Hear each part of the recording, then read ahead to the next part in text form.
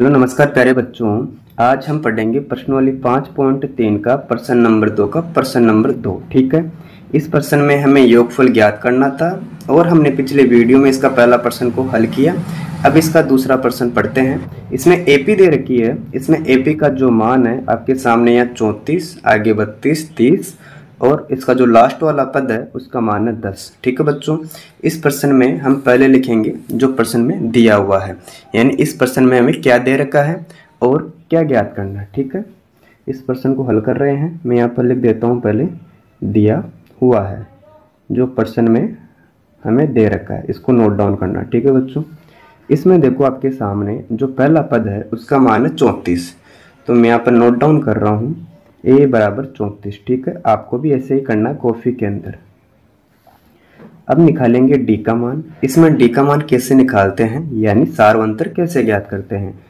तो हमने पिछले वीडियो में देखा था कि जो दूसरा पद होता है उसमें से हम पहला पद माइनस करते हैं। ठीक है बच्चों, यहाँ तक। अब इसमें देखो आप दूसरा पद कौन सा है, इसमें दूसरा पद है 32, तो मैंने यहाँ पर नोट डाउन किया 32। इसके बाद आगे चिन्ह माइनस का है। अब आएगा a1 का मान 34 है, यानी जो पहला पद है उसका मान हमारे पास में कितना बच्चों 34 है। अब इसमें से इसको माइनस करेंगे तो कितना बचेगा -2। तो हमने इसका d का मान यानी सार्वंतर निकाला, जो हमारे पास आया है -2। ठीक है, अब देखो इसमें क्या दे रखा है, ये अंतिम पद है, तो अंतिम पद का मान कितना हमारे पास में, इसे हम an भी कर सकते हैं और लास्ट वाला पद भी कर सकते हैं। इसका मान हमारे पास है 10। ठीक है, तो हमने देखा इस प्रश्न में हमें a का मान दिया हुआ है और d का मान हमने ज्ञात कर लिया और अंतिम पद दे रखा है। अब हमें n का मान निकालना है। ठीक है, इस प्रश्न में हम पहले n का मान निकालेंगे और उसके बाद ही हम Sn का मान निकाल पाएंगे। ठीक है बच्चों, तो n का मान ज्ञात करने के लिए जो सूत्र हम काम में लेंगे वह है a प्लस n-1 d, इसके बराबर आ जाएगा an। ठीक है बच्चों, और ये सूत्र सभी को याद होना भी चाहिए। तो अब क्या करेंगे, जो मान है उन मानों को फिट करेंगे इस फॉर्मूले में। तो प्यारे बच्चों, इसमें आएगा पहले a का मान। इसमें a का मान हमारे पास है 34, तो मैंने यहाँ पर लिखा 34। ठीक है, आगे चिन्ह प्लस का, फिर ब्रैकेट ओपन करेंगे। अब आ जाएगा n का मान, जो हमारे पास है ही नहीं, वो तो निकाल रहे हैं हम n का मान, तो यहाँ पर n का n लिख देंगे। आगे चिन्ह माइनस का है, 1 उतारेंगे, फिर आएगा d का मान। इसमें d का मान हमारे पास है -2। ठीक है बच्चों, यहाँ तक। आगे चिन्ह बराबर का है।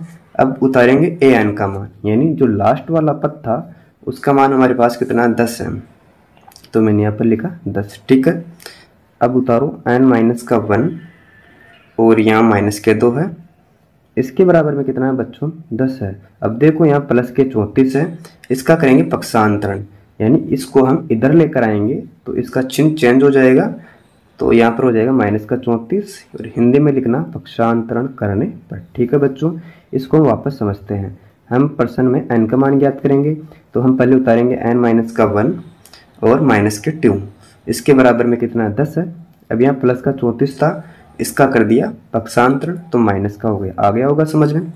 अब देखो बच्चों आगे करते हैं इसको, n-1 और यहाँ कितना -2, इसके बराबर। अब देखो यहाँ प्लस के 10 है और माइनस के 34 है, तो इसमें बड़ी संख्या माइनस की है, तो इस माइनस में से प्लस के 10 घटाएंगे तो कितना आ गया हमारे पास में -24। ठीक है, यहाँ तक। अब उतारते हैं n-1, इसके बराबर में कितना है बच्चों -24 है। ठीक है, यहाँ तक। इतना करने के बाद में अब आपको देखना -2 को, यानी इस ब्रैकेट का मतलब होता है बच्चों इनटू करना, यानी इधर -2 गुणे में है, इसको हम इधर नीचे लेकर आएंगे तो किसको हो जाएगा बच्चों, भाग का हो जाएगा। इसको हम वापस समझते हैं। हमें n का मान ज्ञात करना है, तो मैंने क्या उतारा n-1, इसके बराबर में -24 था, इधर -2 इंटू में थे तो किस में हो गई, भाग में। ठीक है, आगे करते हैं n-1, फिर माइनस से माइनस कट जाएगा। अब 2 का भाग 24 में देते हैं तो हमें प्राप्त हो जाएगा 12। ठीक है, आगे उतारेंगे n, इसके बराबर में जो संख्या दे रखी है 12, इस -1 का करेंगे पक्षांतरण, तो इसका चिन्ह चेंज हो जाएगा। यहाँ पर माइनस का 1 है तो किसका हो गया बच्चों, प्लस का 1। तो मैं यहाँ पर लिख देता हूँ पक्षांतरण करने पर।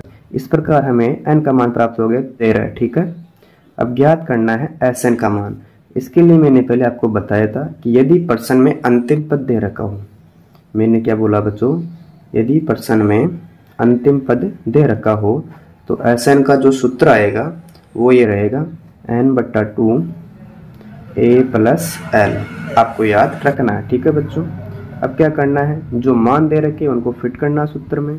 तो पहले आएगा n का मान, n का मान जो दे रखा है उतार देंगे यहाँ पर, ठीक है। फिर इसके बट्टे में 2 करेंगे, ब्रैकेट खोलेंगे।